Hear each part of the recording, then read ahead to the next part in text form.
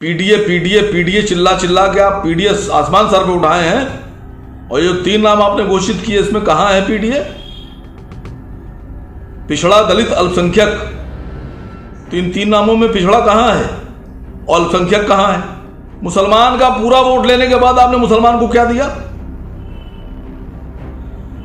मैं मुसलमान नेताओं से समाजवादी पार्टी के सवाल पूछ रहा हूं, खामोश क्यों हैं आप लोग?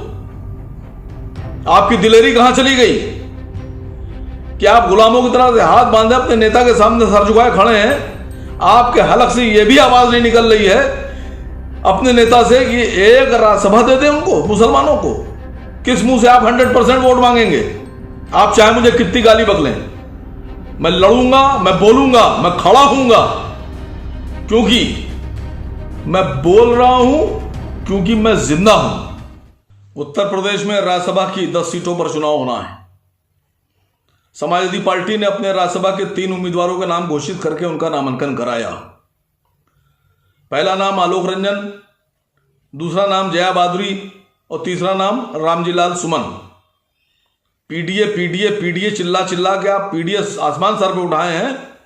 और ये 3 नाम आपने घोषित किए, इसमें कहां है पीडीए? पिछड़ा, दलित, अल्पसंख्यक, तीन नामों में पिछड़ा कहां है और अल्पसंख्यक कहां है? आप मुसलमानों के 100% वोटों पे दावेदारी करते हैं और मुसलमान आपको वोट भी देता है 95%, 98%। और जब राज्यसभा सदस्य देने की बात आती है तो आप ठिंगा दिखा देते हैं, ठिंगा। जब आपकी सरकार थी तब आपने 40 में से 36 एमएलसी बनाए थे यादव।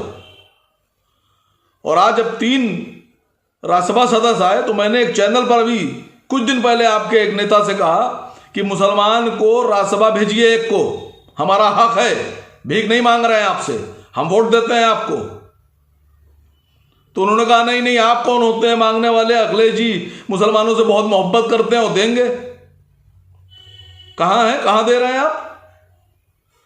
आपने 2 सीटें दे दी चित्रांश को, आलोक रंजन जी को और इनकलाब श्रीवास्तव साहब की पत्नी को, यानी अमिताभ बच्चन साहब की पत्नी को। 2 सीटें आपने 3 में से दे दी चित्रांश को। वो चित्रांश जो आपको वोट ही नहीं देता है, वो चित्रांश जिसका सारा का सारा वोट बीजेपी में जाता है। 70% का आपने उनको इसमें हिस्सा दे दिया 3 सीट में। मुसलमान का पूरा वोट लेने के बाद आपने मुसलमान को क्या दिया? मैं मुसलमान नेताओं से समाजवादी पार्टी के सवाल पूछ रहा हूं, खामोश क्यों हैं आप लोग? आपकी दिलेरी कहां चली गई कि आप गुलामों की तरह से हाथ बांधे अपने नेता के सामने सर झुकाए खड़े हैं? आपके हलक से यह भी आवाज नहीं निकल रही है अपने नेता से कि एक राज्यसभा दे दें उनको, मुसलमानों को? किस मुंह से आप 100% वोट मांगेंगे? अभी लोकसभा चुनाव आ रहा है, मैं मुसलमानों से इस बारे में बात करूंगा, मैं उनको आगाह करूंगा, मैं उनको जगाऊंगा कि वो लोग जो तुम्हारा 100% वोट लेते हैं सरकार बनाने के लिए, तुम उनकी सरकार बनाने की ताकत लगा देते हो और जब लेने का वक्त आता है तो तुमको कुछ नहीं मिलता है। ये कैसे समाजवादी पार्टी के मुसलमान नेता हैं कि जबान में गिठा बांधकर एकदम चुपचाप खामोश गुलामों की तरह से खड़े हैं? मैं लड़ाई लड़ूंगा मुसलमानों की और आपको जवाब देना होगा कि कौन से पीडीए की बात कर रहे हैं आप। अल्पसंख्यक में बाकी कोई तो आपको वोट देता नहीं है, सिर्फ अल्पसंख्यक में जो मुसलमान है वो आपको वोट देता है और अपनी पूरी ताकत के हिसाब से, पूरी संख्या के हिसाब से वोट देता है आपको। और आप मुसलमानों के बल पर राजनीति भी करते हैं और उसके बाद मुसलमानों के साथ ये नाइंसाफी। मैं उन तमाम समाजवादी पार्टी के मुसलमानों से कह रहा हूं, उठो, खड़े हो, आवाज उठाओ, लड़ो।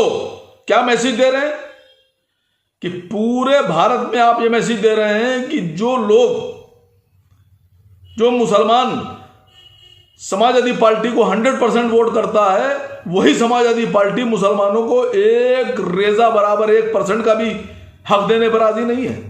तो जब आप 100% वोट लेने के बाद मुसलमानों को कुछ नहीं देंगे तो बाकी पार्टियों में क्या मैसेज जा रहा है कि मुसलमानों को देने की जरूरत नहीं है। आप चाहे मुझे कितनी गाली बकलें, मैं लड़ूंगा, मैं बोलूंगा, मैं खड़ा हूंगा, क्योंकि मैं बोल रहा हूं, क्योंकि मैं जिंदा हूं। ये दुनिया किसी मुर्दे की कहानी नहीं सुनती। मैं आप लोगों से भी कह रहा हूं, मुसलमान नेताओं, समाजवादी पार्टी के नेताओं, जिंदा की तरह से बर्ताव कीजिए और अपनी आवाज उठाइए।